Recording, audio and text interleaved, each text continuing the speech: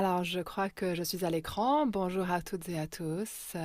J'aimerais remercier tout le monde de m'avoir invité à ce colloque. Je m'appelle Pat Ogden. J'ai fondé l'approche de la psychothérapie sensorimotrice et je travaille étroitement avec Raphaël qui vient de faire une superbe présentation d'après ce que j'ai entendu.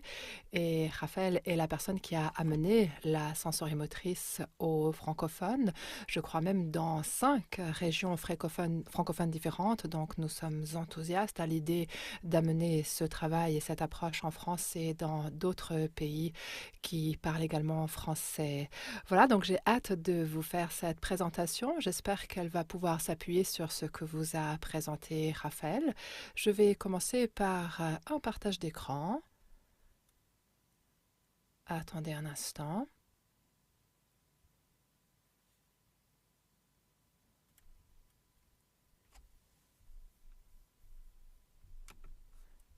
Voilà, est-ce que vous voyez mes diapositives? Tout le monde les voit? Oui? Super, très bien.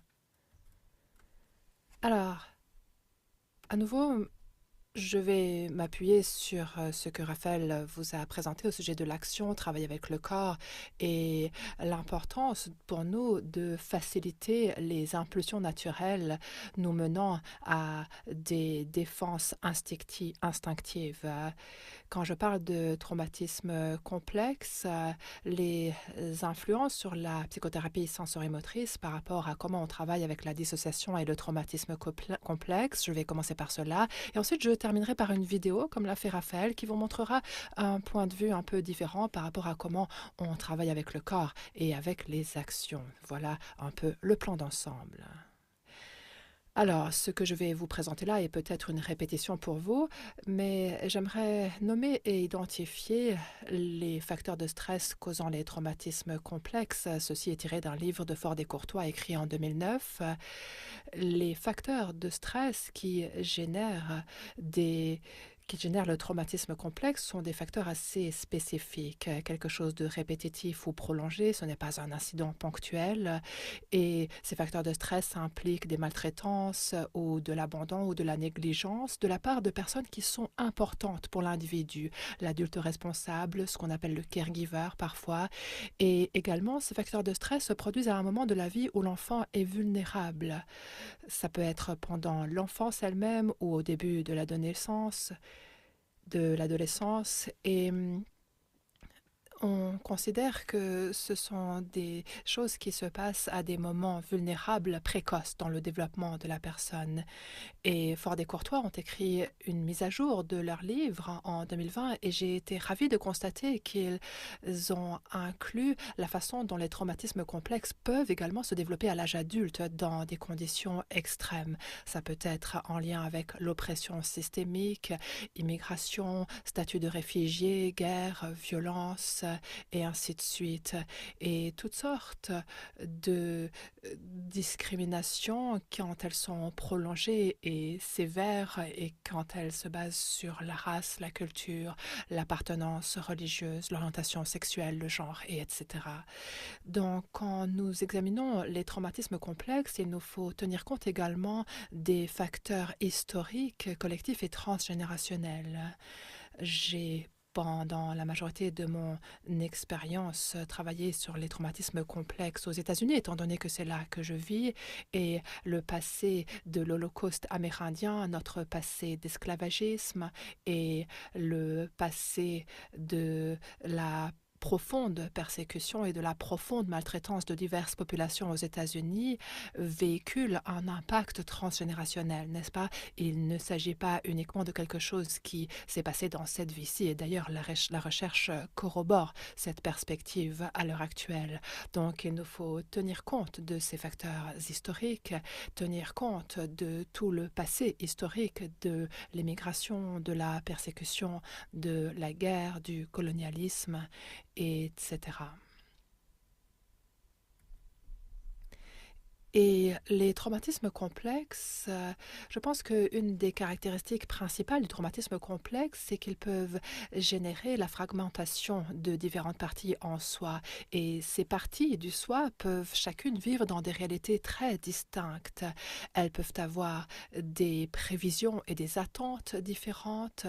Ces différentes... Nous avons par exemple beaucoup de patients qui souffrent de traumatisme complexe, qui ont certaines parties qui s'attendent à être maltraitées, qui voient même le traumatisme et la menace dans des situations où il n'y a pas de traumatisme et de menace, mais il peut y avoir des parties qui sont réactivées, qui se figent ou alors qui tentent de riposter dans ces situations-là. Et les parties peuvent également avoir des préférences émotionnelles différentes, ainsi que des habitudes physiques, des postures, des mouvements.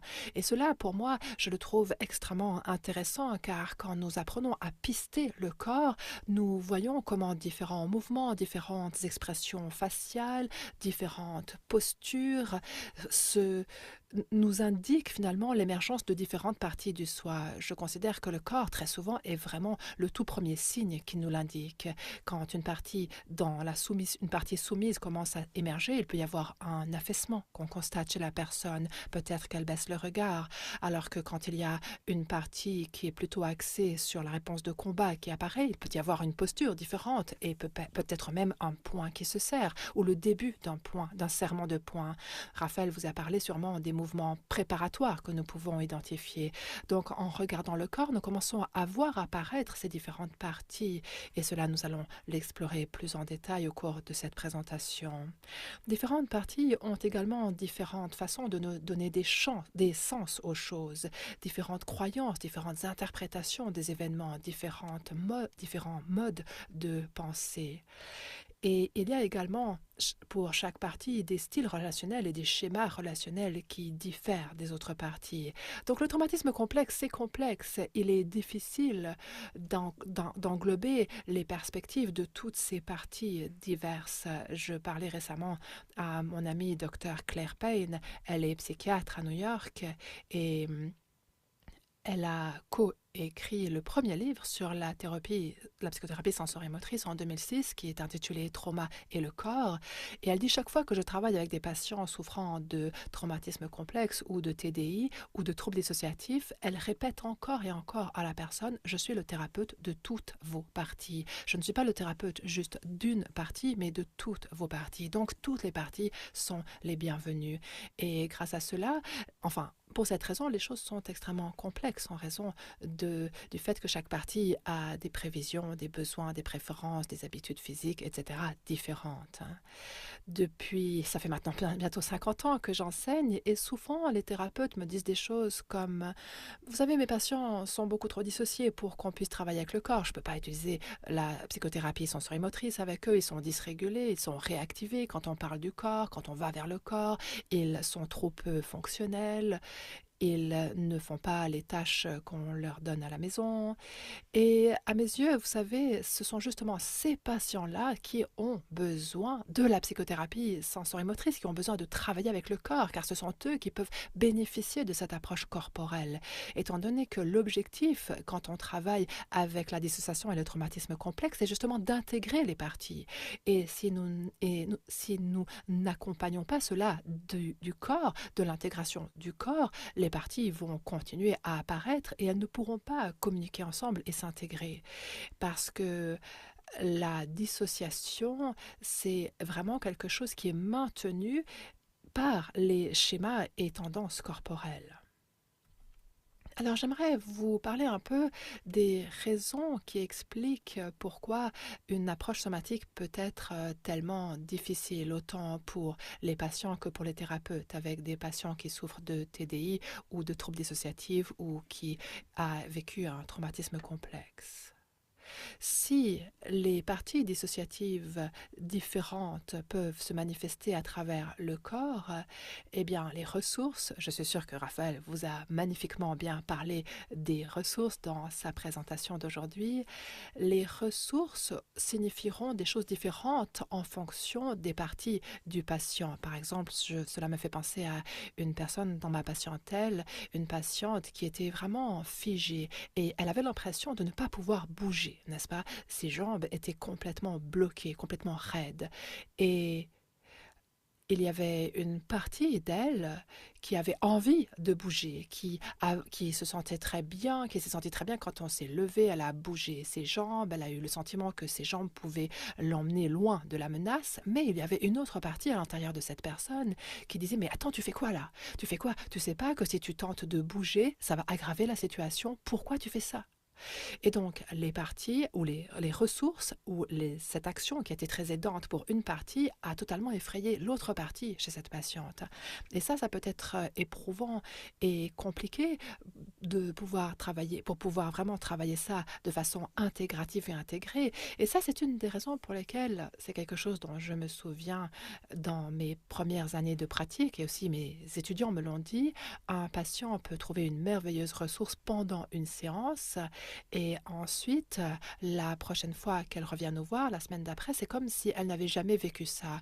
Elle dit: non, j'ai pas pratiqué la ressource. Non, c'est comme si ça n'avait pas tenu, ça n'avait pas été transféré à sa vie quotidienne. Et je pense qu'une des causes qui explique cela, c'est parce que toutes les parties du soi n'étaient pas forcément à l'aise avec cette nouvelle ressource d'alignement où on réussit à se dresser bien droit dans sa fierté. Certaines parties qui aiment se cacher, ça leur faisait peur de se montrer et d'être visibles dans cette nouvelle posture bien droite.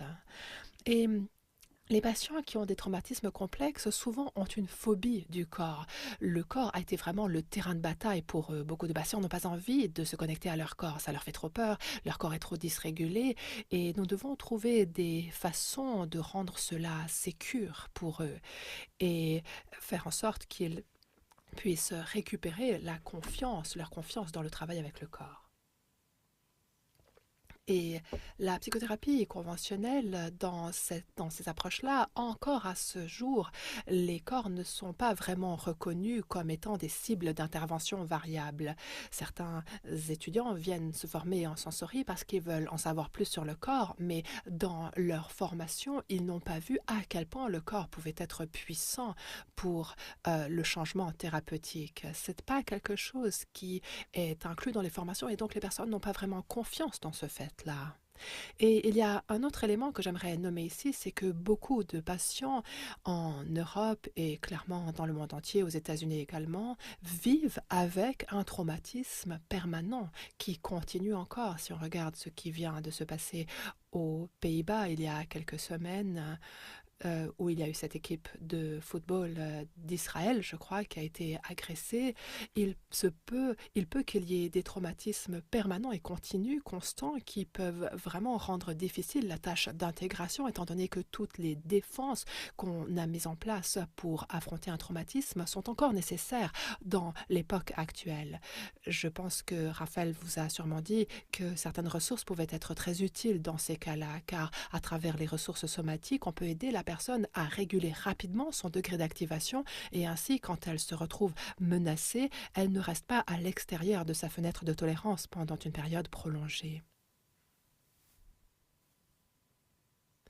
Et alors ça, c'est une image, une représentation d'une patiente. Alors, Raphaël vous a peut-être montré une autre personne, une autre vidéo avec cette même personne. C'est une comédienne. Ah, il ne l'a pas montré, d'accord. Alors, il s'agit là d'une comédienne.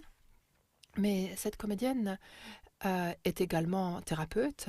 Elle est formée en sensorimotrice et elle travaille beaucoup avec des patients qui souffrent de traumatismes complexes. Et c'est une comédienne qui est une comédienne de la méthode, formée à la méthode. Cela veut dire qu'elle endosse vraiment la personnalité des patients quand elle fait ses vidéos avec moi. Et la raison pour laquelle j'utilise des comédiens, c'est que j'hésite à montrer des vidéos de mes vrais patients pour des raisons de confidentialité. Donc, c'est la raison pour laquelle je travaille souvent avec Ava, cette personne, et d'autres comédiens ou comédiennes.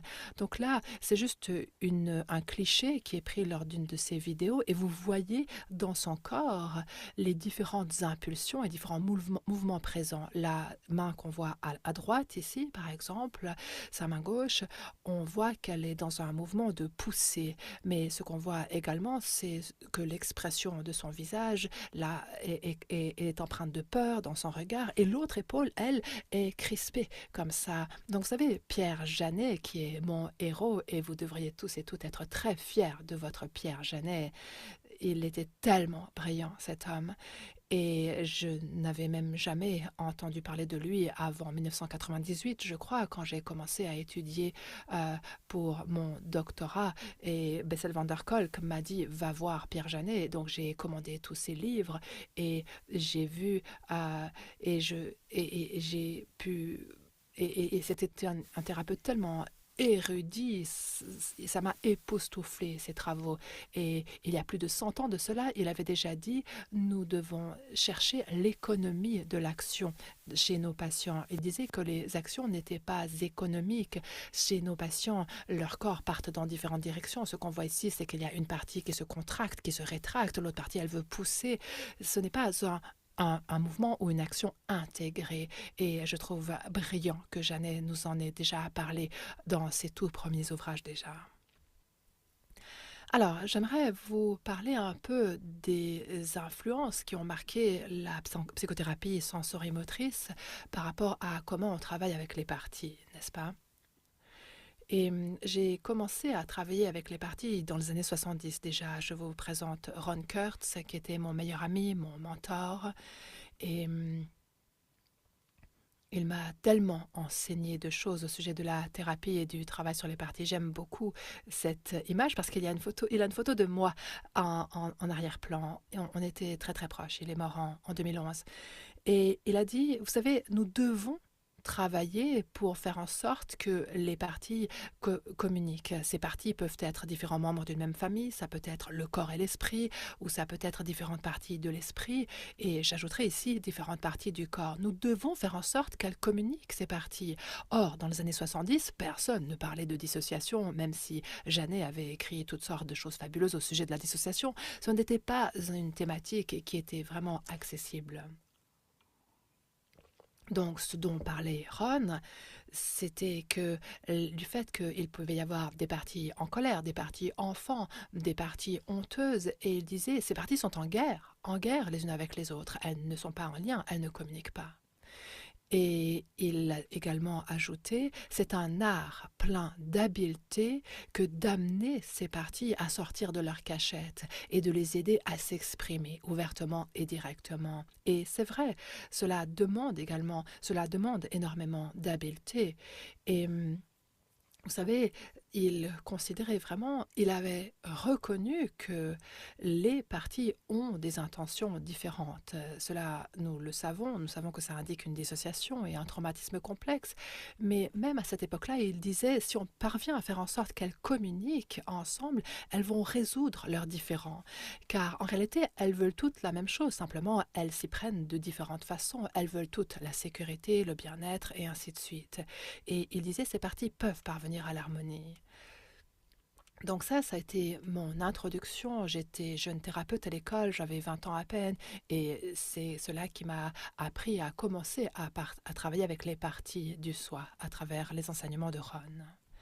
Ensuite, la deuxième influence, ça a été le rolfing. Je ne sais pas dans quelle mesure vous connaissez le rolfing en France, je ne sais pas si c'est quelque chose de très connu dans votre pays.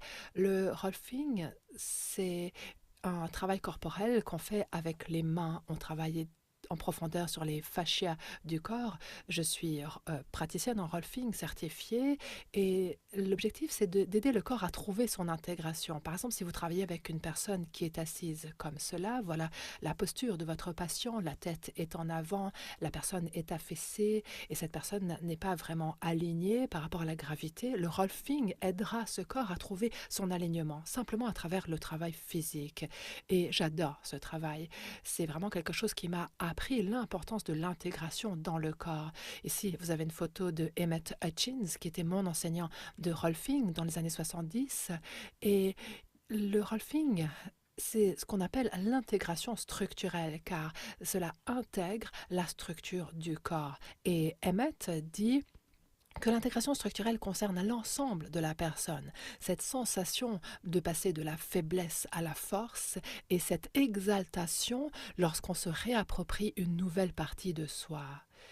Et il parle vraiment ici de la façon dont se réapproprier une partie de soi passe vraiment par le corporel, par le physique. On fait connaissance avec ces différentes parties à travers son corps et on commence à les intégrer dans l'ensemble de notre être. Donc le rolfing est quelque chose qui permet d'aligner et d'équilibrer le corps. Ici, vous avez une image de différentes postures. Si on a une des trois premières postures à gauche, le rolfing travaillera sur le fascia pour permettre au corps de trouver son alignement. Et ce que j'ai trouvé intéressant quand j'ai reçu des séances de rolfing de la part d'Emmett, toutes sortes d'émotions apparaissaient. Et Emmett me disait, ben, ça, il faut que tu l'amènes en thérapie. Et ensuite, j'amenais ça en thérapie, mais les problématiques n'émergeaient pas quand j'étais en thérapie. C'était plutôt quelque chose d'immédiat qui se passait pendant les séances de rolfing. Et c'est là que je me suis dit, j'ai envie de joindre ces deux mondes. Je veux travailler avec le corps, l'intégration dans le corps, et aussi avec la psychothérapie et l'intégration des parties psychologiques du moi, car en réalité, elles sont reliées. Et Ida Rolf, la créatrice du rolfing, a dit toute intégration véritable doit porter sur, premièrement, la structure du corps, c'est-à-dire qu'on doit impliquer la structure de l'organisme et cette intégration-là, et ensuite, elle doit également porter cette intégration sur l'effet et l'influence de l'environnement de la structure. Et donc, elle parlait là de l'impact psychologique. Alors, je n'ai pas connu Ida Rolf, mais Emmett m'a dit qu'un jour il lui a demandé est-ce que le corps peut trouver ce magnifique alignement sans recevoir de rolfing, de toucher corporel, simplement à travers la psychothérapie. Elle a dit que oui, elle considérait que c'était une possibilité. Donc, elle était très consciente de la façon dont les maltraitances, les traumatismes et les défaillances d'attachement peuvent impacter et influencer le corps. Ensuite, la troisième influence que vous connaissez probablement, qui s'est basée sur les travaux de Janes, c'est ce qu'on appelle la théorie de la dissociation structurelle. Je ne sais pas si je dois vraiment vous la présenter, car à mon avis, c'est quelque chose qui vous est assez familier. C'est une autre façon de considérer la dissociation et le traumatisme complexe en considérant d'un côté les parties de la vie quotidienne et d'un autre côté les parties axées sur la défense qui vivent dans ce que Onno van der Hart appelle le temps du traumatisme. Et c'est une expression que j'aime beaucoup. Donc, les parties de la vie quotidienne et les parties dans le temps du traumatisme ne sont pas intégrées les unes aux autres et ne communiquent pas ensemble. Ici, vous avez un diagramme de la dissociation structurelle et j'utilise ce genre de diagramme avec mes patients. Il s'agit là d'une patiente qui avait le sentiment que ces parties de la vie quotidienne émergeaient quand elle était conjointe, travailleuse, caregiver, personne qui s'occupe de ses enfants, mais elle avait également toutes sortes de parties qui étaient prises dans le temps du traumatisme, combat, fuite, figement, et ainsi de suite. Et on doit aider ces patients à intégrer ces parties. Alors, ce qui est important ici, à mes yeux, c'est que les parties ont des objectifs contradictoires. C'est-à-dire que les objectifs des parties axés sur la défense, c'est de défendre, de protéger, de s'éloigner, de riposter, d'appeler à l'aide, n'est-ce pas? Et ces parties-là sont stimulées par des rappels traumatiques et ces objectifs-là sont en contradiction et en conflit avec les objectifs des parties de la vie quotidienne, qui est d'interagir avec les autres, interagir avec l'environnement, entrer dans le lien, établir des relations. Et il faut qu'il y ait un certain degré de sécurité pour que ces parties puissent le faire. Mais les autres parties ne se sentent pas en sécurité. C'est-à-dire, ce qui veut dire qu'elles vont constamment être sur la défensive et tenter de protéger la personne. Et cela est à la fois une difficulté si on ne comprend pas ce qui est à l'œuvre ici, mais également pardon, un grand avantage quand on travaille avec le corps dans le traumatisme complexe. Je vous invite à faire une petite expérimentation, si vous le souhaitez, parce que j'aimerais que vous puissiez le sentir, on pourrait dire, dans votre corps. Si vous tendez le bras de cette façon-là, ou avec deux bras, à vous de voir comment vous voulez tendre. S'il y a quelqu'un que vous aimez bien, qui est devant vous, vous voulez entrer en contact avec cette personne.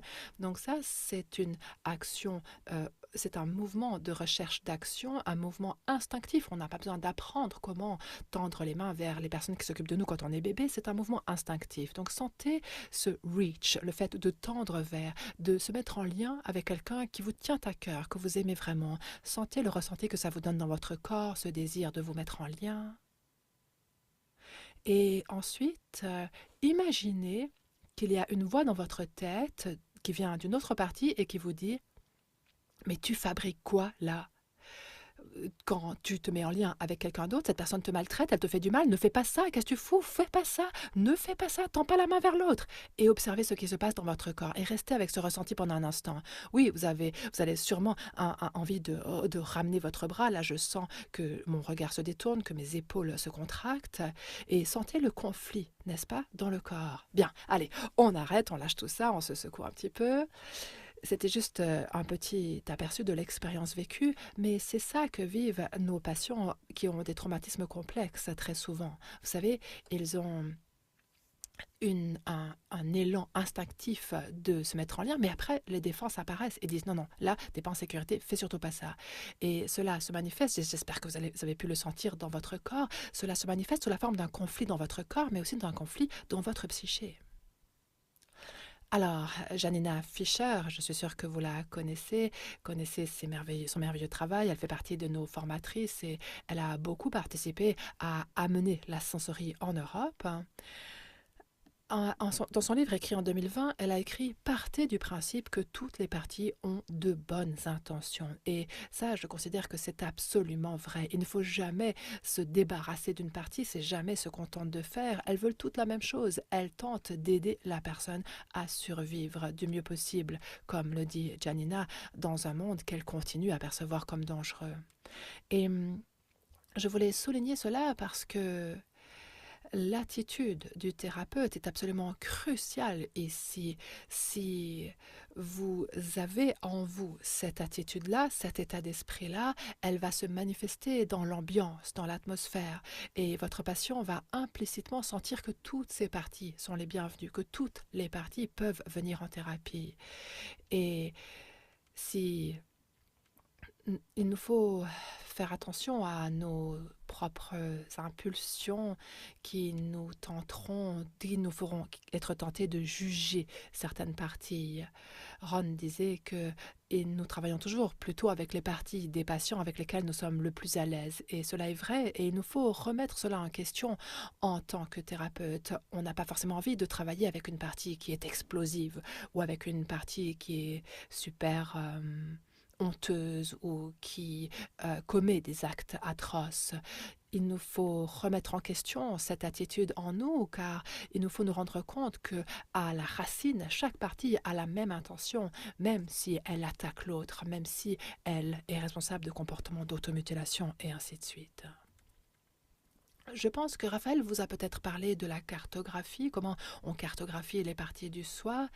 Je crois qu'il l'a fait, donc je ne vais pas m'attarder là-dessus, mais il est important, quand on cartographie les parties du soi, d'aider le patient à apprendre comment différents mouvements, différents schémas de tension en lui indiquent l'émergence de certaines parties du soi.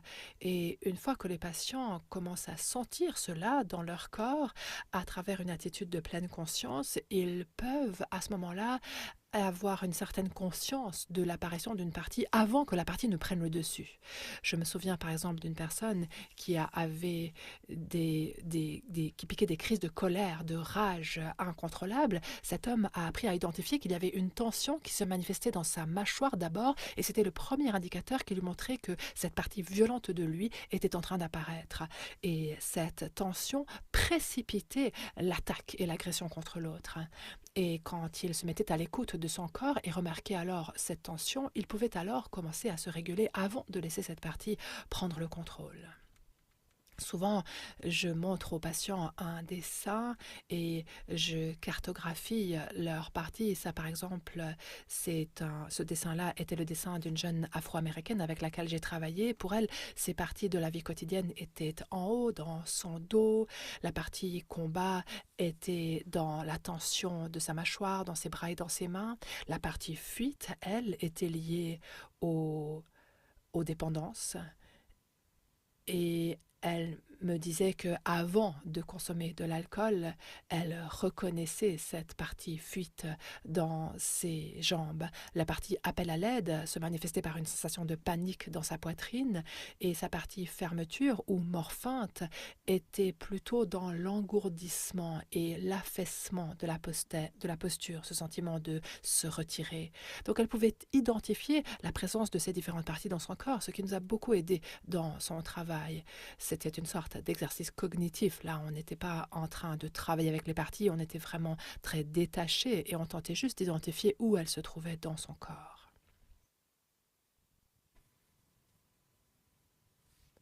Vous savez, les actions physiques, exactement comme les mots, peuvent être considérées comme menaçantes pour différentes parties du moi.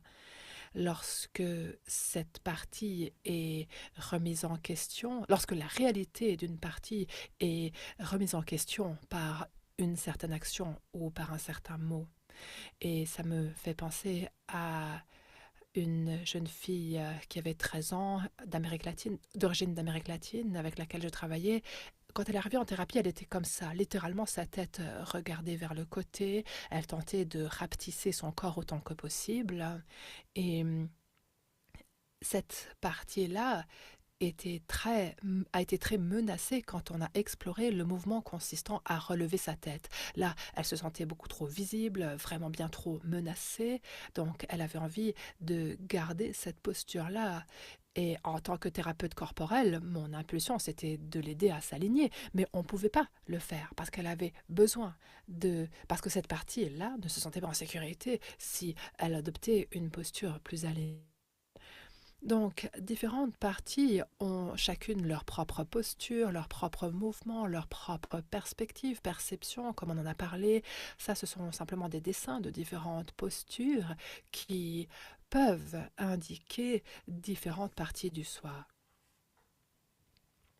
Et j'aimerais mentionner ici que, vous savez, lorsque nous regardons différents mouvements, différentes postures, il nous faut tenir compte à la fois de l'impact du passé de l'individu. Par exemple, on peut imaginer qu'une personne qui se tient comme cette personne-là, cette femme qui est la troisième dans la liste, dans les dessins, cette personne a peut-être un passé familial où elle ne pouvait pas se montrer, où elle devait se cacher, elle devait rester cachée, se faire petite, peut-être qu'elle était victime de violence ou de maltraitance.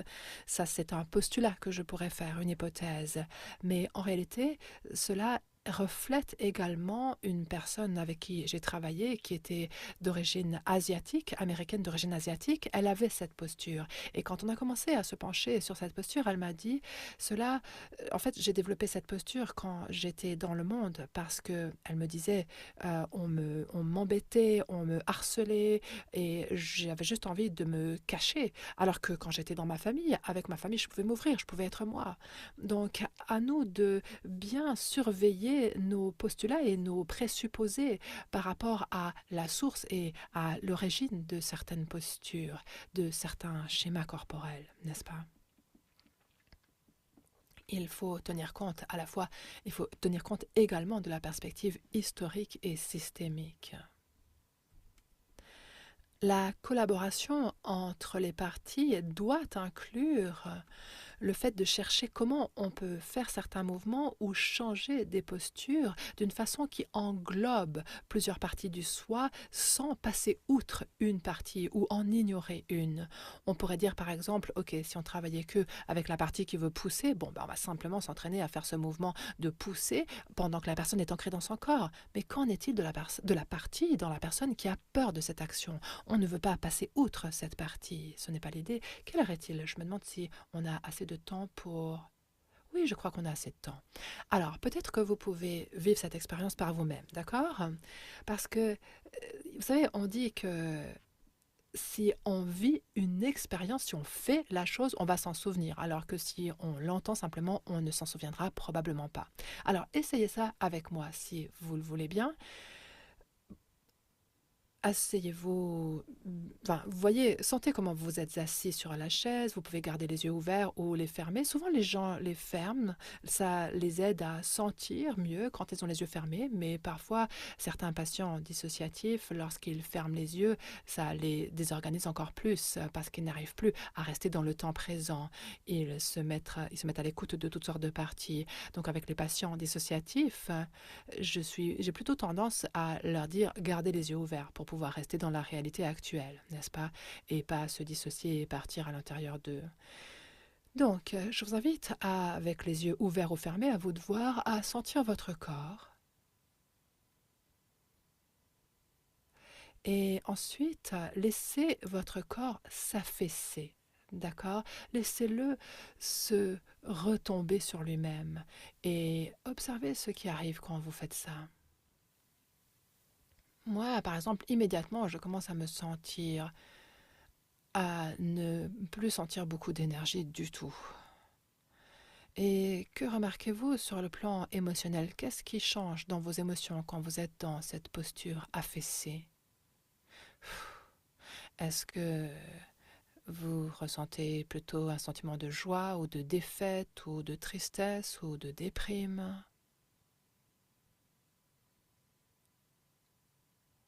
Et qu'arrive-t-il à votre corps? Qu'arrive-t-il à votre souffle, à votre respiration?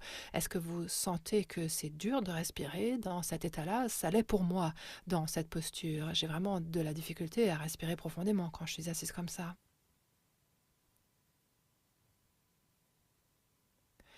Et remarquez vos pensées. Quelles sont les pensées qui accompagnent cette posture? Là, moi j'ai une pensée qui me dit à quoi bon? À quoi bon? J'ai juste envie de jeter l'éponge. Donc, si nous identifions cette posture, ces choses qui se passent comme une partie de moi, il y a une partie de moi qui n'arrive pas à respirer, qui veut jeter l'éponge, qui se sent un peu déprimée.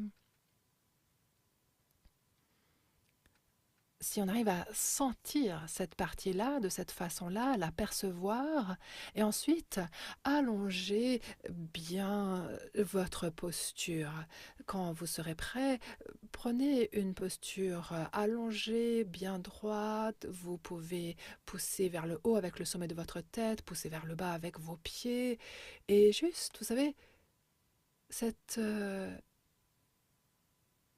ce que Amy Cuddy appelle la pose de pouvoir, la posture de pouvoir, où on est vraiment dans sa puissance, bien plus ressourcé. Et observez comment cela modifie votre respiration. Et prenez un instant pour sentir cette posture.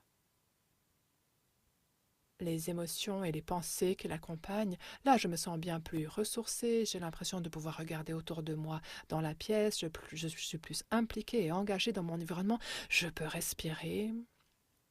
Mais qu'est-il arrivé à cette autre partie? Elle est partie où, cette autre partie qui était déprimée, qui se sentait pas super bien? Est-ce que vous sentez? Moi, je sens dans mon corps que c'est comme si j'avais passé outre cette partie-là. Je ne la sens plus en vrai. N'est-ce pas? Et ça, c'est ce qui peut se passer avec des patients quand on utilise une ressource. À ce moment-là, les parties qui ne ressentent pas ça, c'est comme si on les laissait, laissait pour compte. On ne fait plus attention à elles. Et donc, quelque chose que je fais souvent avec les patients, et j'aimerais le faire avec vous également, je vous invite à retrouver cette posture affaissée pendant quelques instants.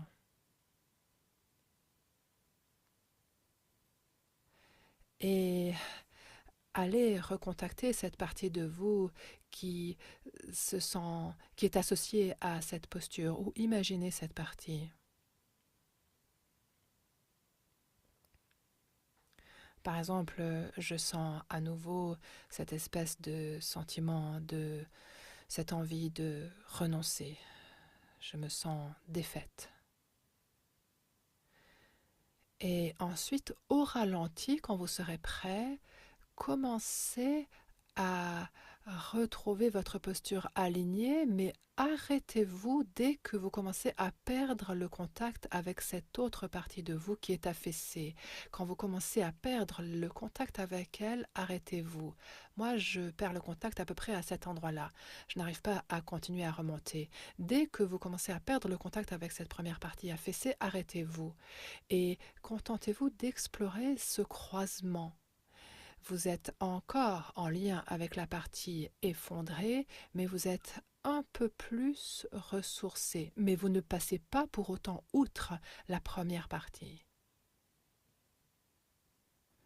Et sentez comment cela vous permet presque d'intégrer la partie qui a envie d'être plus dans sa puissance, d'intégrer cette partie-là avec la partie effondrée. Voyez si vous arrivez à percevoir ça.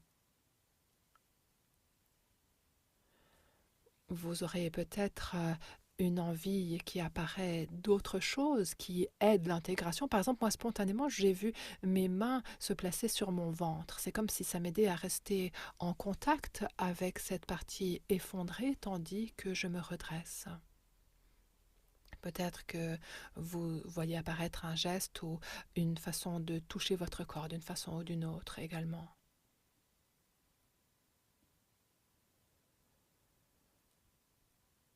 Bien, et ensuite, quand vous serez prêt, concluez cet exercice et nous allons revenir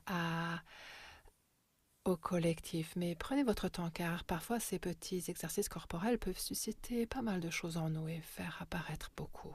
Prenez votre temps.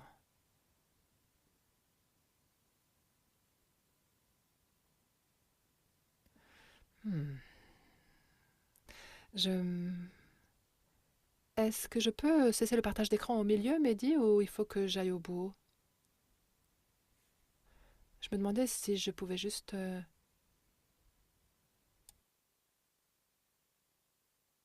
Ou elle demande si elle veut cesser le partage d'écran, oui.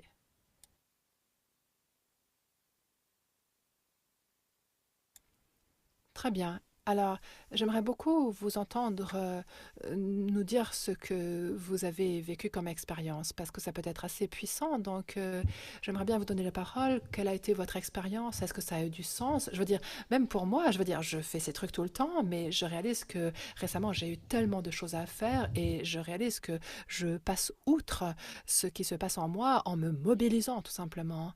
Et je laisse pour compte une partie de moi. Je la laisse comme coucher dans la poussière. Donc, même pour quelqu'un qui pratique ce travail régulièrement comme moi. Donc, est-ce que quelqu'un a envie de dire ce qui s'est passé pour lui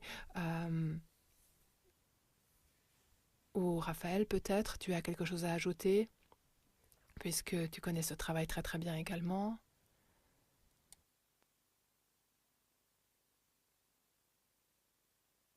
Peut-être qu'il y a Bon, personne qui a envie de parler? je suis le courageux, je fais le cobaye.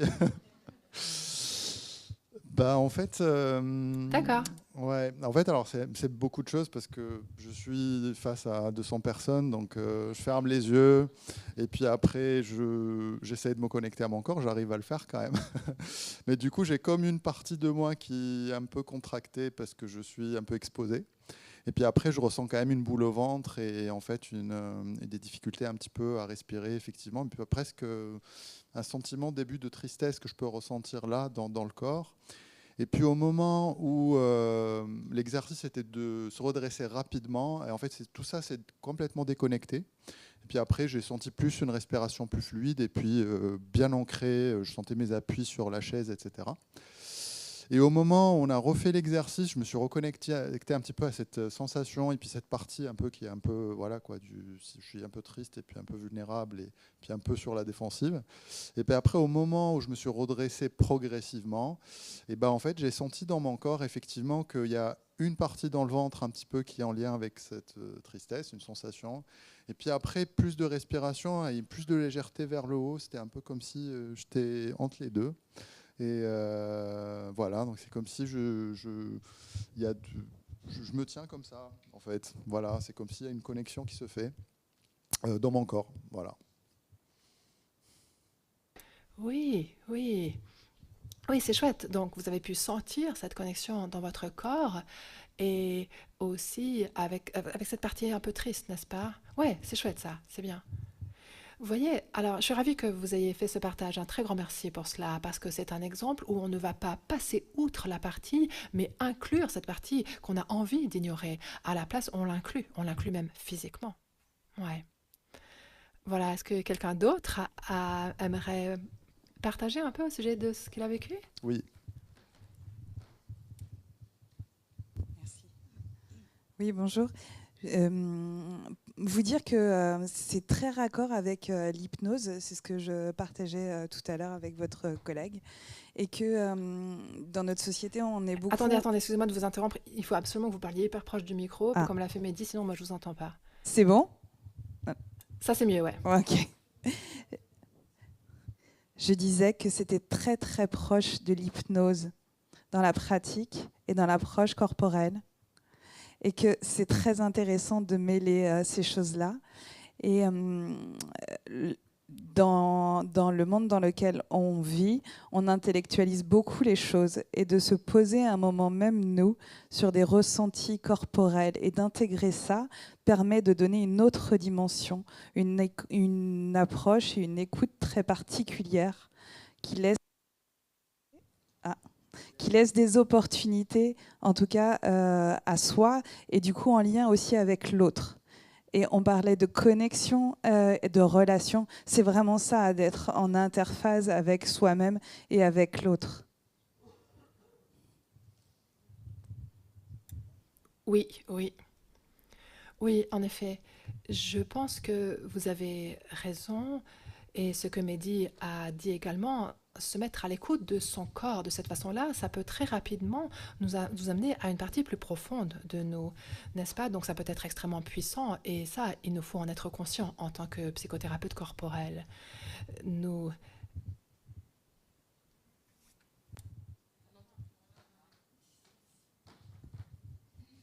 Donc Wilhelm Reich, qui est considéré comme le père de la psychothérapie corporelle, mais personnellement pour moi c'est Pierre Janet qui est le fondateur de la psychothérapie corporelle, car il faisait déjà ce travail au 19e siècle et au début du 20e.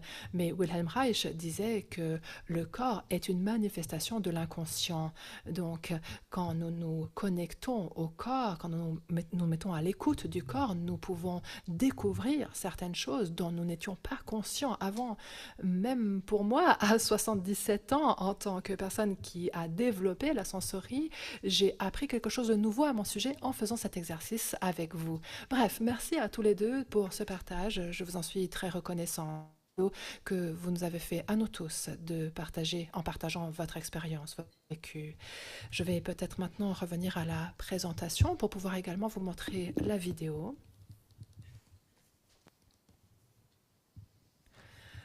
Donc, cet exercice était simplement un exemple de comment nous pouvons inclure les différentes parties plutôt que de les ignorer et d'outrepasser leurs besoins. C'en était juste un exemple. Bien. Alors, voyons voir. Quelle heure est-il? Il nous reste encore une abondance de temps, mais je crois que je vais maintenant vous montrer la vidéo pour que vous puissiez vraiment voir le travail à l'œuvre, en action. Et ensuite, si on a le temps, on reviendra aux diapositives, sinon vous pourrez les lire, je pense qu'elles se comprennent d'elles-mêmes. Mais j'aimerais vraiment vous montrer cette vidéo comme ça, là, vous la voyez à l'écran. Donc, on va travailler avec cette comédienne qui qui représente une patiente qu'on appelle May. Cette patiente n'est pas atteinte de TDI, mais elle a un trouble dissociatif, une sorte d'ATDS, même si ce diagnostic ne fait pas partie du nouveau DSM-5. Honnêtement, moi, je n'utilise pas les diagnostics. Les gens, bon, ça les intéresse, les diagnostics. Donc, j'ai demandé à Ava de me donner le diagnostic de cette patiente. Donc, elle souffre d'ATDS, de dysthymie et de troubles anxieux généralisés. Elle a vécu beaucoup de maltraitance de la part de son père pendant son enfance, violence domestique également de la part du père. Sa mère ne l'a jamais protégée, n'a jamais pu se protéger elle-même non plus, n'a pas non plus protégé la sœur de May. Et les symptômes de la patiente pendant cette séance comprennent l'anxiété, l'insomnie, la dépression. Elle a une addiction à l'alcool et lorsqu'elle boit, elle peut adopter des comportements à risque dont elle ne se souvient pas par après. C'est une personne qui évite le sexe et les relations. On pourrait dire que c'est un petit peu comme dans l'exercice où on tendait le bras avant. Elle a toutes ces parties qui disent non, les relations, c'est dangereux. Et pendant cette séance, elle est rongée par le regret de ne pas avoir une famille. Elle a 55 ans environ, je pense, à l'époque de la séance. Et elle sent cette espèce de bouclier sur sa poitrine qui maintient tout le monde et tout à distance. Voilà, donc on a regardé différentes parties pendant cette séance. Il y a une partie qui aspire aux relations, il y a une autre partie qui tient les gens à l'écart, et ensuite on a une partie effrayée qui se retire, qui se met en retrait. Et en psychothérapie sensorimotrice, je suis sûre que Raphaël vous l'a appris, on ne fait pas que parler.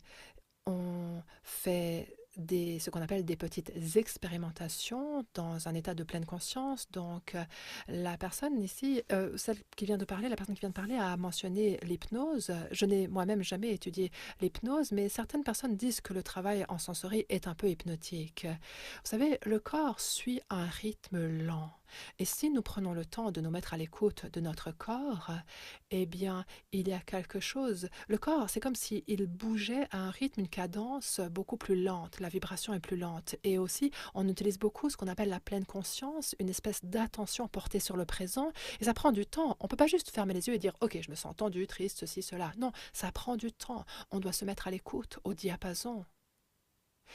Et donc, ça peut donner un sentiment hypnotique parfois. Donc, quand on fait ces expérimentations, on invite la personne à observer dans la conscience du temps présent ce qui se produit pour elle. Donc, moi, j'ai proposé une expérimentation et je vais la faire avec vous maintenant, comme ça vous pourrez voir de quoi il s'agit.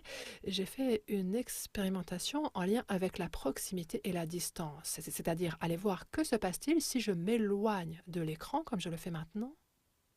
Et que se passe-t-il si je me rapproche très près de l'écran? Alors, si je faisais cela avec vous, je vous inviterais, et vous seriez vraiment dans la pleine conscience, vous remarqueriez que ça vous plaît pas des masses quand je suis aussi proche. Ou alors, peut-être que oui, vous adorez ça quand je suis hyper proche. Donc ça, c'est un sens corporel par rapport à la proximité et à la distance. Et mon idée en suggérant cette expérimentation, c'était que ça allait aider la personne à identifier certaines parties et à les désamalgamer. Et que probablement, ça allait faire apparaître une partie combat liée à la tension dans la poitrine de ma patiente. Je ne pense pas que ça va lui plaire quand je vais m'approcher d'elle. En tout cas, ce qui est clair, c'est que cette partie-là, qui est aussi crispée, je ne pense pas que ça va beaucoup lui plaire. Voilà, donc en sensorimotrice, on cherche à faire en sorte que les symptômes entrent dans l'expérience du moment présent pour que les patients ressentent ce qui se passe. Alors, voyons ce qui arrive. Est-ce que vous pourriez prêter attention à cette crispation dans votre torse et dans cette partie de vous? Oui. Et je me disais qu'on pourrait peut-être explorer un peu la distance. Par exemple, si je me mets en retrait juste un petit peu, là, si je m'éloigne, est-ce que cette partie, elle change? Est-ce que la sensation dans votre torse change? Peut-être que non, mais je vous laisse voir. Un peu, ouais. Ça, peut-être qu'elle est un petit peu moins intense, je dirais, un petit peu moins tendue. Non, un petit peu moins intense. Ah, un petit peu moins intense. D'accord. Ok, ok. Bien. Et que se passe-t-il si je me rapproche un peu plus comme ça? Vous savez, j'aimerais te dire ici que ça, c'est une des premières séances Zoom que j'ai faites. Et si je devais refaire, je ne me serais pas avancée en me penchant vers l'avant, mais j'aurais rapproché ma chaise. Quand je me re-regarde, il y a un peu ce côté intimidant de je me penche au-dessus de la personne. Bref, je voulais préciser ça ici parce que chaque fois que je revisionne une vidéo, je me dis tiens, ça j'aurais pu le faire différemment. Donc ça en fait partie. Bien. Alors, voyons ce qui se passe quand je suis plus vers l'avant. Ouais, ouais, je le sens, ça. Elle se crispe à nouveau? Oui. Ouais, et en plus, elle se met en retrait. Elle vous fait aller vers l'arrière? Oui, et je vois, d'accord. Je vois aussi vos épaules. Enfin, il y a vos épaules qui se lèvent, ouais. Et mon cœur commence à s'accélérer aussi, c'est bizarre. Ouais, ouais. Et ça, c'est, je crois, vraiment important parce que vous découvrez cette partie de vous qui semble être perturbée d'une façon ou d'une autre quand quelqu'un se rapproche, même s'il y a peut-être d'autres parties qui ont envie de cette proximité, n'est-ce pas? Oui, tout à fait, ouais. Mhm. Ouais, oui. Donc, je pense que en travaillant avec des patients atteints de traumatismes complexes et différentes parties, il est important d'ajouter un petit peu d'intégration cognitive pour aider la personne à comprendre son système intérieur, n'est-ce pas? Donc ça, c'était à la fin, après cette expérimentation. Et ensuite, la deuxième expérimentation que j'ai proposée à cette patiente, et on va le faire. L'idée, c'était de donner à la partie protectrice la responsabilité de la distance. Déjà, c'est elle qui est aux commandes par rapport à ça de toute façon. Donc, j'ai proposé qu'on lui donne la charge, la responsabilité de la distance. Parce que mon hypothèse, c'était que ça allait rassurer la partie protectrice et permettre à la personne de prendre conscience de cette mise à distance qui se passe automatiquement.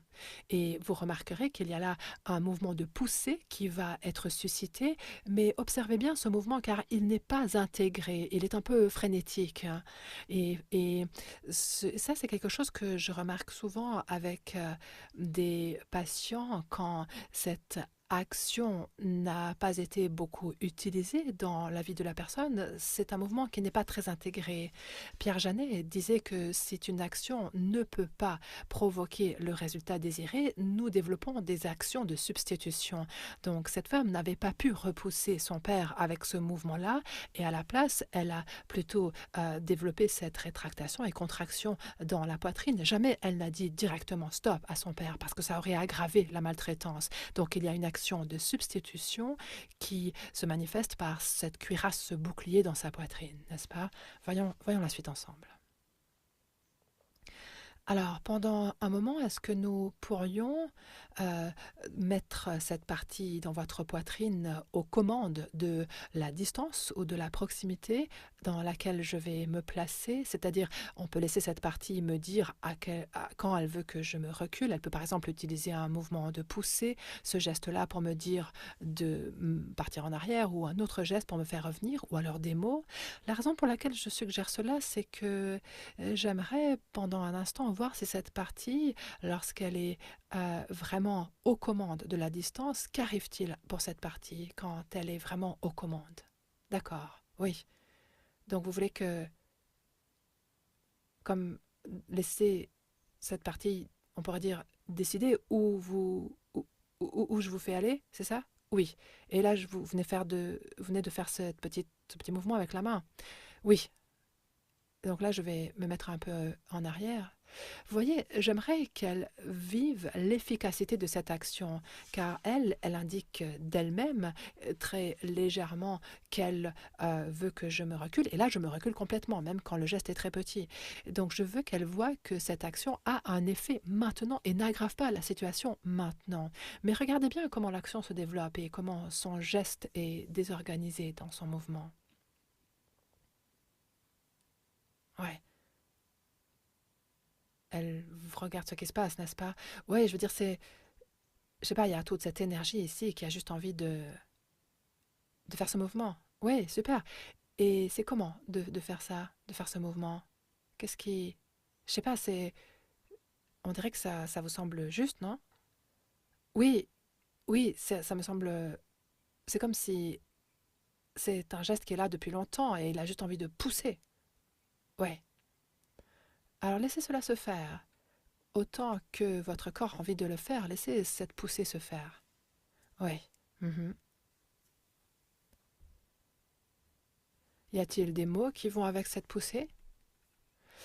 Alors ça, c'était une question risquée parce que souvent avec les patients dissociés, ils peuvent sentir le mouvement, mais quand on demande d'autres informations comme y a-t-il une image ou des mots qui vont avec ce mouvement, souvent ça peut les faire revenir directement dans la mémoire, dans le souvenir, parce que on leur demande des informations supplémentaires. Et là, vous allez voir qu'il y a une image qui apparaît, un souvenir qui apparaît et le mouvement commence à s'intensifier. Et à ce moment-là, elle commence à s'identifier à cette partie. Et cette partie est comme vitalisée, vivifiée.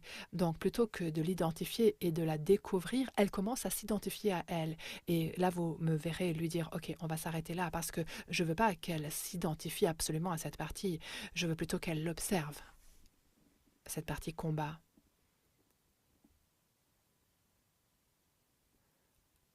Là, votre main, des mots que votre main dit peut-être. Oui, alors là, j'ai juste eu une image de moi avec mon père dans la voiture. Et c'est genre, mais pars, sors d'ici, je sors d'ici. Ok, sors d'ici, sors d'ici, sors d'ici. Ouais. Sors d'ici. D'accord, super. Alors, est-ce que vous sentez cela dans votre corps maintenant? Alors, comme vous le voyez, son corps change. Vous avez vu l'épaule là qui se crispe et on verra que c'est là l'émergence d'une autre partie qui a peur de cette action. On va le voir. Et est-ce que vous avez senti comment... Je ne voulais pas du tout encourager ce sort d'ici parce que ça n'allait que mener à une escalade. Et donc là, je voulais marquer une pause pour voir si on pouvait aider ces parties à s'intégrer un peu.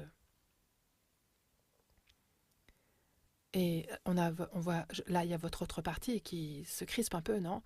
Oui. Alors, c'est quoi l'effet de ce sort d'ici, de ce mouvement? Si vous marquez une pause pendant un moment, juste pour sentir, qu'est-ce que vous remarquez à l'intérieur? C'est quoi la conséquence? Ben, il y a de l'énergie là, beaucoup d'énergie, plus de... C'est plus autant bloqué qu'avant. Avant, c'était complètement bloqué. Là, il y a quelque chose qui bouge plus quelque chose de plus mobile. Et qu'en est-il de votre poitrine, cette partie dans votre poitrine? Alors ici, c'est plus détendu. Ah ah. Par contre, ça s'est crispé ici. Mais cette partie-là, elle est beaucoup plus détendue. D'accord, plus détendue. Et encore, il y a encore cette poussée qui veut se faire, non? Ouais, ouais. Il y a beaucoup de poussée qui veut se faire, j'imagine. Ouais. Hmm. Oui, mais c'est bizarre parce que c'est vraiment beaucoup plus détendu ici. C'est bien. D'accord. Mhm. Bien. Alors, vous savez, j'ai oublié de vous dire que la patiente qui est représentée ici, ça fait 8 ans qu'elle est en thérapie et une grande partie en sensorimotrice. Donc, c'est pas une séance, une première séance. Elle a vraiment fait beaucoup de travail jusque-là pour pouvoir travailler à ce niveau-là. Et cela, je souhaite le souligner parce que parfois, quand, vous savez, je montre une vidéo, les gens se disent, ah bon, c'est le genre de choses qui devrait arriver tout de suite. Alors, non. Souvent, ça prend un petit bout de temps avant que le patient ou la patiente puisse vraiment avoir ce degré-là de conscience, n'est-ce pas? Alors, maintenant, plutôt que de travailler juste avec la partie qui pousse, on va également s'occuper de la partie dont elle me dit que c'est une partie qui a peur, qui est crispée dans son épaule. Donc, l'idée, c'est d'aider ces parties à communiquer ensemble. Je vais donc lui demander de repousser, de pousser à nouveau, mais en observant ce qui arrive à la partie qui a peur. On va voir d'ailleurs cela ensemble. Et après, je vais devoir l'aider à se ressourcer à travers la relation. Et l'objectif, c'est de faire en sorte que ces parties communiquent ensemble, non seulement physiquement, mais également à travers des mots. Alors, sentez cette peur dans votre bras droit et ensuite prenez votre bras gauche et faites à nouveau ce mouvement de poussée. Et voyez ce qui arrive à la partie qui a peur. Oui. Qu'est-ce que vous remarquez? Est-ce que la peur a senti cette poussée? Ça lui donne encore plus peur. Ça lui donne encore plus peur, d'accord. Donc, ce qu'on voit, on voit là les différentes intentions des différentes parties. Il y a une partie qui a envie de se battre et l'autre partie, elle n'a pas envie de se battre. C'est pas sa réalité à elle. Sa réalité à elle, c'est que si je me bats, ça va aggraver les choses, n'est-ce pas? D'accord, vous le sentez, c'est une super information. Donc il y a quelque chose dans le fait de pousser qui fait peur à cet autre côté de votre corps et cette autre partie. Oui, oui, oui. Oui, alors, qu'est-ce qui arrive maintenant à cette sensation de peur? Y a-t-il des mots qui vont avec? Est-ce que vous pouvez m'en dire un peu plus ce qui fait peur dans ce geste de pousser? Oui, c'est juste genre, fais pas ça, juste fais pas ça. Fais pas ça, fais pas ça, fais pas ça. Ouais, fais pas ça. Vous voyez, cette partie-là, elle est bloquée dans le temps du traumatisme. Sa réalité à elle, c'est l'environnement traumatisant dans lequel a grandi cette femme. Elle n'est pas revenue, elle n'est pas à la page, elle n'est pas revenue dans l'époque actuelle. D'accord, fais pas ça. D'accord, d'accord, d'accord. Donc on dirait que c'est en lien avec votre passé où vous ne pouviez pas repousser votre père. Et en fait, si vous l'aviez fait, ça aurait aggravé la situation, n'est-ce pas? Oui. Ah oui, ça aurait vachement aggravé, vachement aggravé. Ouais. Mhm, ouais. Ouais, c'était genre le dernier truc à faire avec lui. Ouais. Vous voyez, quand elle dit c'est la dernière chose que quiconque parmi nous aurait pu faire, ça, je l'ai un peu laissé passer. Mais je ne sais pas si elle parlait, quand elle dit quiconque parmi nous, est-ce qu'elle parlait des parties internes en elle ou est-ce qu'elle parlait des membres de sa famille, par exemple, elle et ses sœurs. Je ne sais pas de qui elle parlait quand elle a dit c'était la dernière chose que quiconque parmi nous aurait pu faire. Ça, j'aurais pu lui poser la question, mais j'ai laissé passer. Ouais, non, on pouvait pas faire ça. Ouais, non, on pouvait pas faire ça. Alors, cette partie, on dirait qu'elle est encore bloquée à l'époque, n'est-ce pas? Ouais, ouais, d'accord. Et donc, oui, oui. Est-ce que vous pouvez demander à la partie effrayée si il s'est passé, s'il s'est passé quelque chose de mauvais quand vous avez fait ce mouvement maintenant? Est-ce que vous pouvez demander à la partie effrayée ici, maintenant, qu'est-ce qui se passe quand vous faites ce mouvement ici, maintenant? Voyez, là, j'essaye d'aider la partie effrayée à distinguer le passé du présent. C'est-à-dire que maintenant, ici, il ne se passe rien de grave ou de mauvais. Et je tente d'essayer de l'aider à prendre compte de ça, cette partie-là de la patiente. Ouais, vous n'êtes pas dans le passé, vous êtes dans le temps présent, vous êtes avec moi, Pat. Ouais. Et est-ce que la partie effrayée peut sentir qu'il ne se passe rien si... Oui, mais j'ai l'impression qu'il faut que je vous regarde quand je fais ça. Oui, ça me va. Alors regardez-moi. Oui. Et vous pouvez faire ce mouvement. Ouais, oui. Hmm, ouais. Et qu'arrive-t-il à ces deux parties quand il y a celle qui dit sors d'ici, une qui est capable de faire ce mouvement de protection, et quand cette autre partie qui jusqu'ici a eu peur de ce mouvement, qui disait fais pas ça, qu'arrive-t-il maintenant à ces deux parties? Ben, c'est un petit peu comme si elle risquait de jeter un coup d'œil, est-ce que on pourrait peut-être faire ça alors? Ouais, peut-être. Ouais, peut-être je pourrais faire ça. Ouais, peut-être vous pouvez. Mhm. C'est comme si elle regardait, elle observe. C'est peut-être comme si elle regardait la main. Ok, donc comme si elle regardait la main, elle me regardait moi. Ouais. Alors, je me demande si cette partie qui vous sentez peut concrètement vous protéger, est-ce que cette partie-là peut communiquer avec la partie effrayée? C'est presque comme si ces deux parties devaient faire connaissance l'une avec l'autre, non? La partie effrayée, elle a besoin de savoir que vous avez maintenant cette capacité, que vous êtes capable de vous protéger et que c'est OK. Ouais, ouais. Avez-vous remarqué que quand je lui pose une question au sujet d'une partie, souvent elle regarde son corps, hein, et j'ai pu constater que cela arrive de façon extrêmement régulière pour les patients dissociés. Je leur dis quelque chose comme je me demande ce que ce bras a envie de faire et le patient regarde son bras. Et je trouve toujours que c'est une indication de dissociation.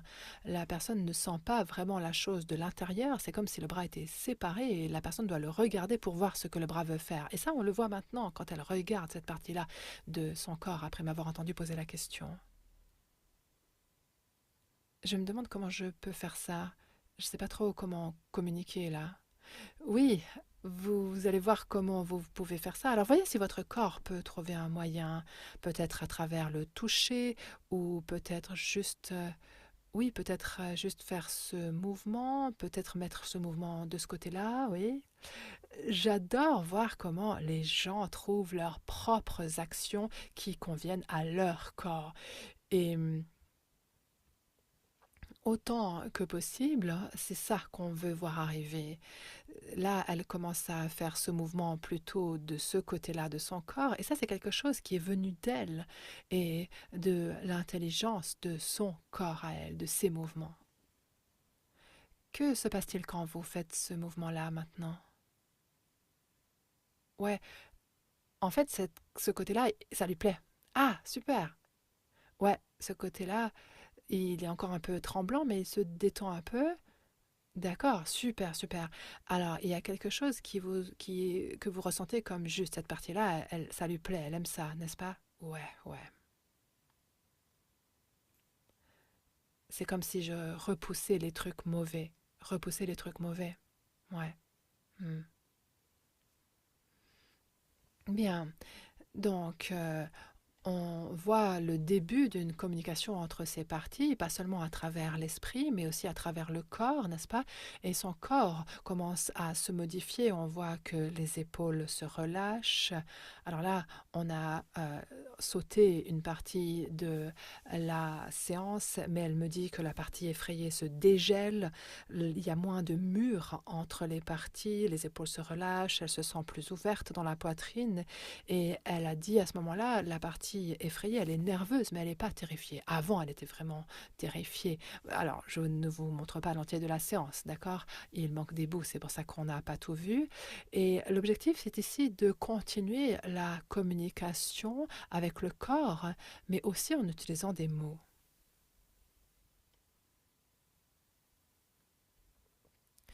Je me demande s'il y a peut-être quelque chose que l'une de ces deux parties a envie de dire à l'autre ou de demander à l'autre. Est-ce que la partie apeurée, nerveuse, est-ce qu'elle a quelque chose à demander à la partie qui fait le mouvement de pousser ou vice-versa?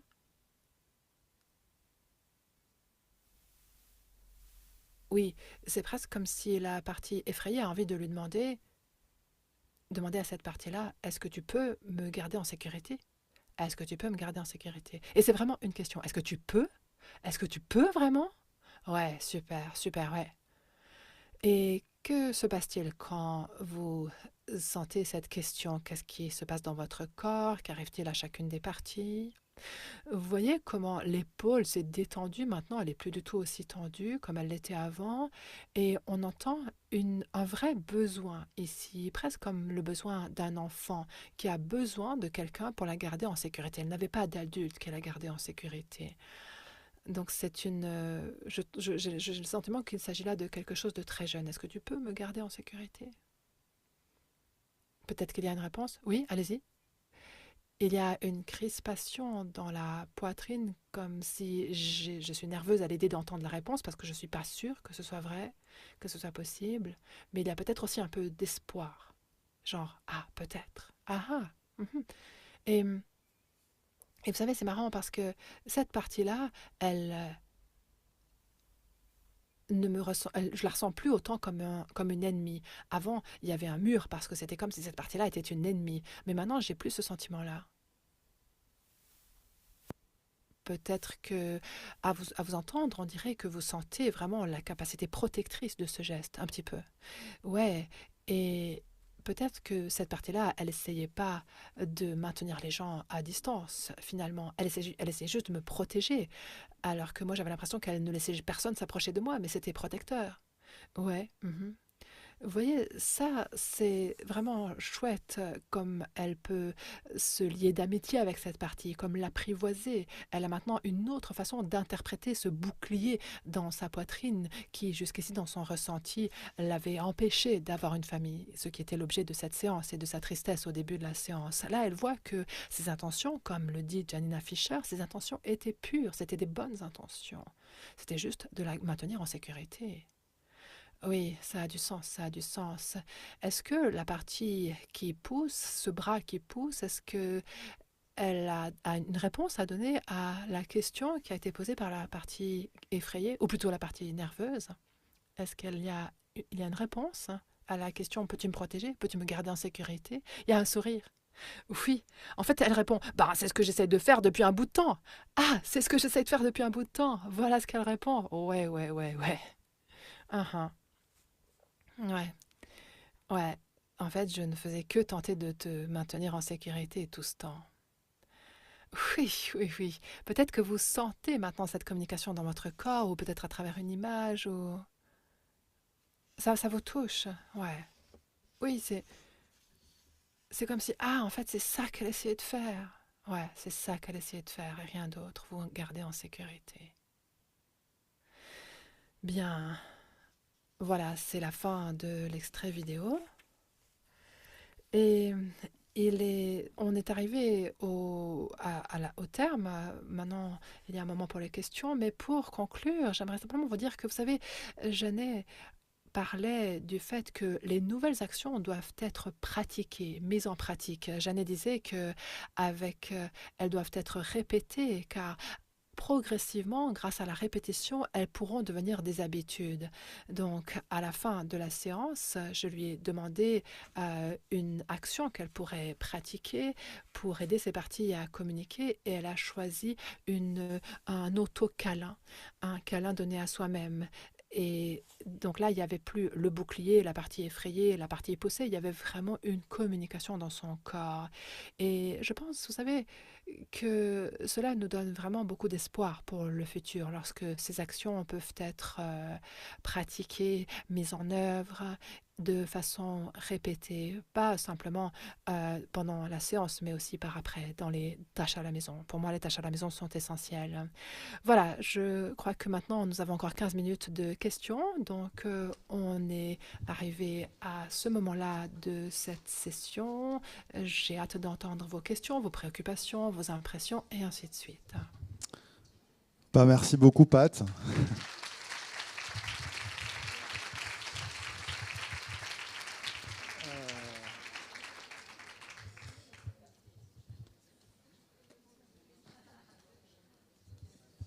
Des questions?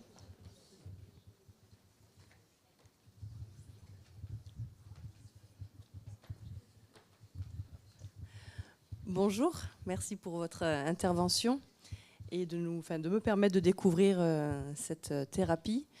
Voilà, je suis psychologue et je travaille en pédopsychiatrie et je me demandais si cette méthode pouvait s'appliquer aux enfants, s'il vous plaît.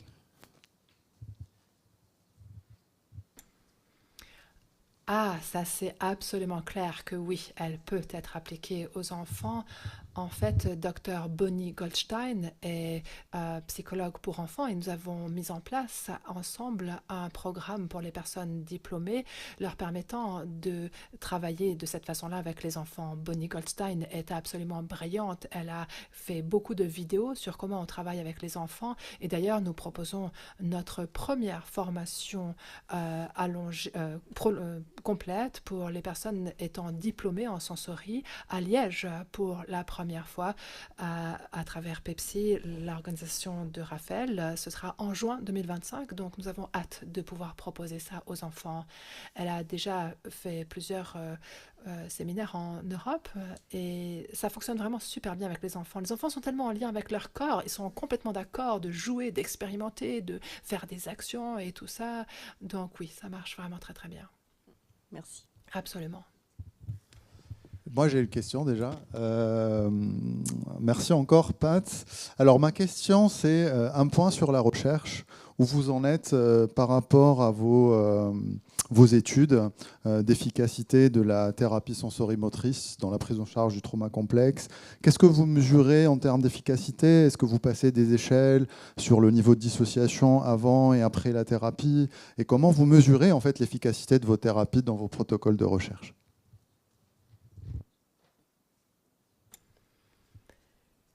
Eh bien, je suis ravie que vous posiez cette question. Vous savez, cela a été un défi. Moi-même, je ne suis pas chercheuse, mais c'est un défi parce que le corps de chacun est tellement différent.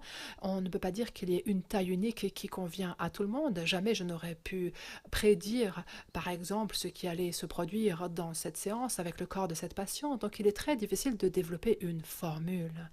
Nous avons, cela dit, je crois, 3 études pilotes qui ont été publiées, l'une de l'hôpital Moseley au Royaume-Uni et une deuxième étude d'un centre au Canada avec Catherine Kloss. Et ces 3 études ont été menées sur des protocoles de groupe, un protocole de groupe qui a été conçu par Janina Fischer et moi-même. Ce protocole n'est pas utilisé est actuellement utilisé aux Pays-Bas dans 5 endroits différents pour montrer l'efficacité de la sensorie. On a obtenu des résultats très positifs par rapport à la régulation et l'utilisation des ressources somatiques. C'est ce qu'on a pu voir dans ces 3 études déjà. Voilà où on en est par rapport à la recherche.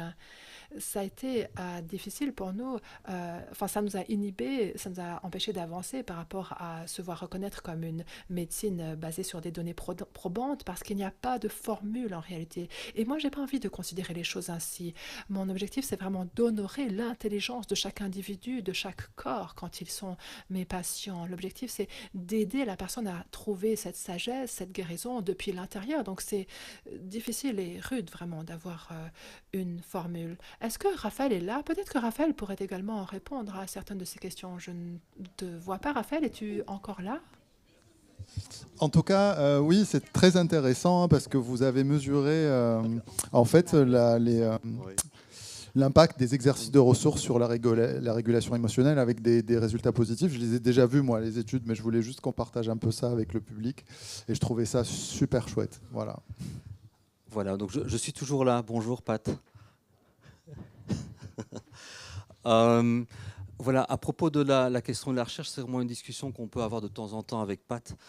C'est vrai qu'on est, je trouve, dans une espèce de dialectique entre une obligation de le faire, et je pense qu'il y a un travail qui est fait en psychothérapie sensorimotrice, vraiment de formalisation de la méthode depuis des années maintenant.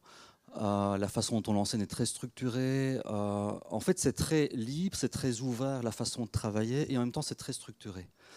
C'est vraiment les deux choses qu'on a développées en thérapie sensorimotrice. Et donc, je pense qu'on pourrait mettre des protocoles de recherche dans le futur en route sur certains points bien précis de la thérapie sensorimotrice, notamment, par exemple, le séquençage sensorimoteur, des mouvements qui ont envie de se faire en lien avec le trauma.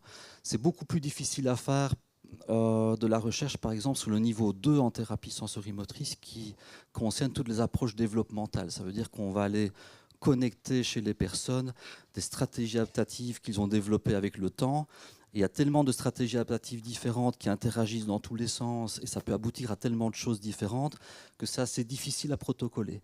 Mais j'ai bon espoir qu'on puisse, à un moment donné, définir un protocole de recherche, au moins sur la partie trauma, et en ce qui concerne notamment le séquençage, c'est-à-dire vraiment laisser le mouvement se faire jusqu'au bout.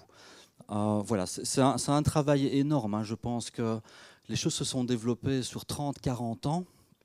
hein, à partir d'essais et encore d'essais, de formalisation, de discussions en interne, parfois même de conflits à l'intérieur de l'Institut à travers différentes façons de voir la méthode. Mais ça avance. Et on entend de la part du terrain, notamment du monde médical dans différents pays, ce besoin de développer la recherche, et c'est une réflexion qui est en cours. Voilà.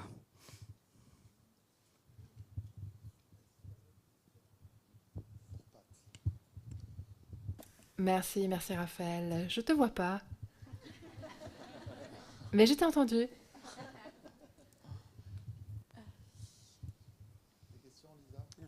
On a le temps, on en profite encore.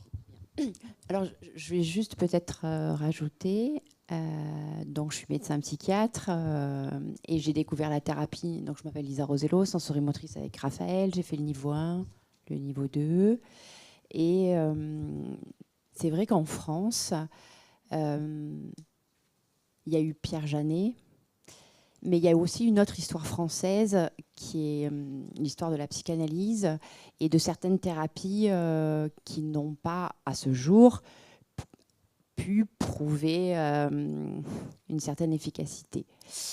C'est pour ça que nous insistons un peu sur le plan médical pour avoir ensuite des budgets sur la question de la recherche et de trouver un consensus entre évidemment la liberté du thérapeute et en même temps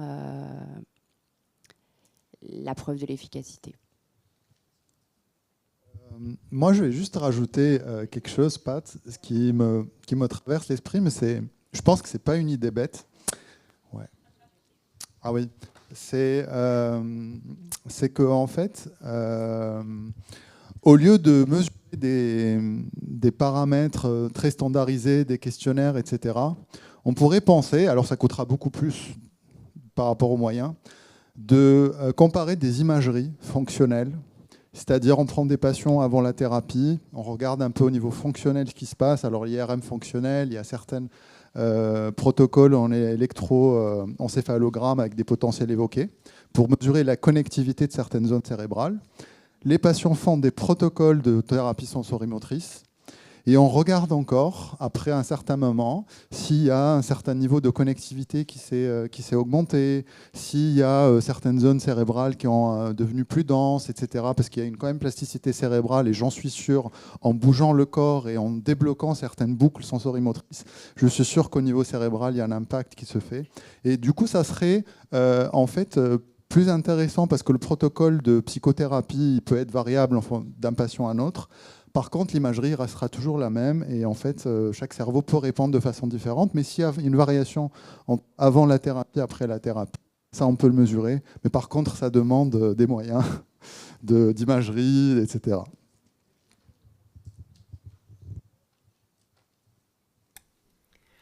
En effet, ça demande beaucoup d'argent. Alors, il y a de la recherche qui a été menée, en tout cas, sur l'effet de la posture, qui montre qu'une posture alignée permet de mieux se remettre du point de vue de l'humeur, améliore la performance, etc.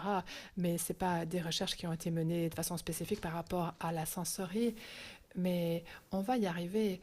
Moi, j'ai probablement 200 vidéos de séances et Bessel me dit, donne-moi juste tes vidéos, j'ai pas besoin d'autre chose. Mais dans notre culture, oui, on a besoin d'avoir des faisceaux d'indices et de devenir une approche basée sur les données probantes. Donc voilà, il y a encore un chemin à parcourir, on va continuer.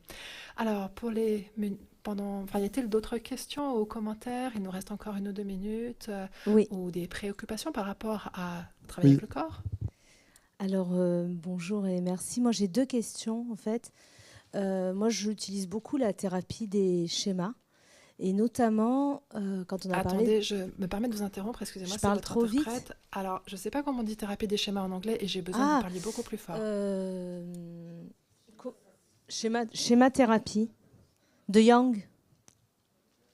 Là, on m'entend ou pas? Vous m'entendez? Oui, on vous entend. Alors, on ne connaît pas la thérapie. Oui, on vous entend, mais par contre, on ne sait pas ce que c'est la thérapie des schémas. Ah ouais? De Jeffrey Young? Je n'entends pas.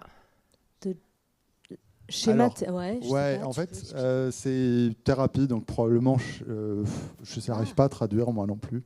Ouais, schéma thérapie. Schéma hein. thérapie, je pense, de Jeffrey Young. Schema therapy. Ah, Oui, Ah, ça c'est y bon, est. on a compris. tout c'est clair. Bon. Et notamment avec. Alors, attends, il y a un autre mot avec les modes relationnels. Et moi, j'utilise beaucoup ça. Ça m'a fait pas mal penser aux modes.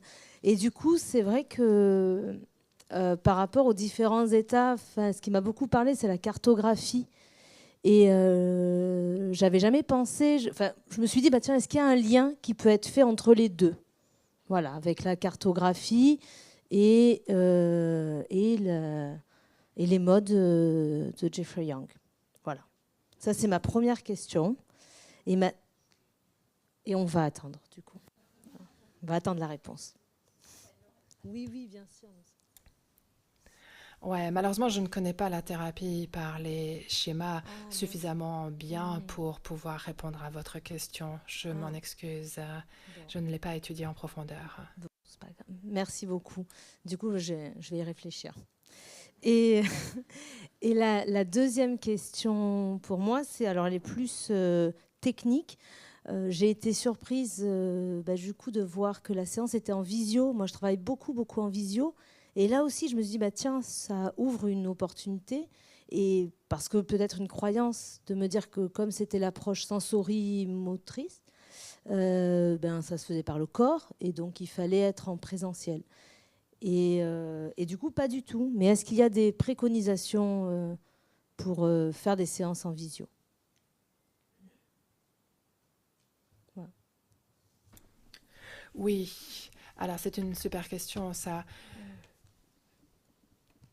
Quand on travaille en visio et à long terme, souvent vous pouvez demander à vos patients de collaborer avec vous et leur demander de vous décrire ce qui se passe, notamment dans les parties du corps qu'on ne voit pas.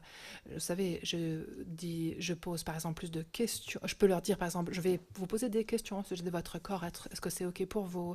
Et on a mis en place différentes façons de travailler, mais je fais quand même toujours la même chose. On peut marcher, se lever, marcher dans la pièce, travailler sur les postures, faire des mouvements de poussée. Je demande parfois aux patients de repousser le mur pour vraiment sentir la pression. Donc, c'est tout à fait adaptable au travail en ligne. Si vous allez consulter notre site internet, j'ai fait un webinaire avec Bonnie Goldstein, dont je parlais avant, qui est notre pédopsychiatre, sur comment on travaille en ligne. On a fait cette vidéo quand il y a eu le Covid. Ça donne plein d'idées et il y a aussi différents documents qui expliquent comment adapter la sensorie en ligne. Mais c'est très efficace. Ça ne doit pas forcément se faire en présentiel du tout. Et certains patients préfèrent même travailler en ligne parce que ça leur donne la sécurité de leur propre espace. Par exemple, une patiente m'a dit, je peux éteindre la caméra si c'est trop, je peux vous éteindre, vous. Donc, vous savez, ça a certains avantages également, le fait de travailler en ligne. Merci. Merci beaucoup encore. Voilà.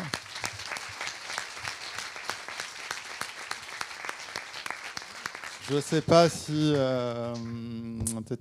si vous entendez ou pas. On va peut-être revenir à l'audio original. Can you hear us now? No, but that's okay. It's okay? I think it's... I didn't hear, but I you can can see hear. people. It's okay. So just clap and thank you very much again, Pat. Yeah, you're welcome. Thanks, Thank everybody. you. Thank you. Bye. Bye, Amber. Nice.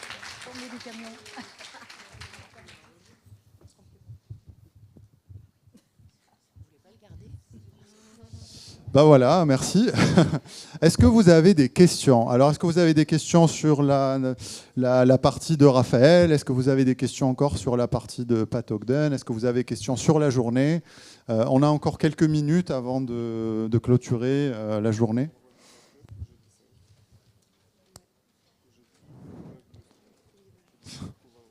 L'heure de l'apéro, tout le monde est... Bon, on va clôturer. Je vous remercie de votre présence. Je crois que ça a été très riche entre les parcours de soins qui sont assez intéressants, la clinique, la recherche. J'espère, en tout cas, je remercie encore le groupe Emeis, Valérie Niro, Thomas Garnier, Crolax Allemand, Alexandre Hayek, qui est notre médecin co-régional, Muriel et toute l'équipe de la clinique de Pont-du-Gard et la clinique de Saint-Didier, les CRP, le CRP de Nîmes. Il y a tout ce beau monde aussi qui est toujours là et qui nous soutient. Merci encore pour votre présence. Et puis, alors je ne sais pas comment ça va s'articuler parce qu'en fait la journée ne s'arrête pas là. Mais en fait, il faut savoir que dans 1 heure, il y a Camille Lacour qui vient pour parler de la dépression chez le sportif de haut niveau. Alors, on change complètement de versant et de thématique. Voilà, donc c'est une autre équipe qui prend le relais pour parler des troubles mentaux chez le sportif de haut niveau. Et on est ravis de les accueillir. Voilà. Puis entre-temps, je crois qu'il y a un petit verre de l'amitié. On va l'appeler comme... Non, pas du tout. Non, il n'y a pas de verre d'amitié. Là, ça... non, je me trompe. Ça va, alors. Peut-être à l'année prochaine. Et merci à Lisa. Voilà. Voilà. Bonne soirée.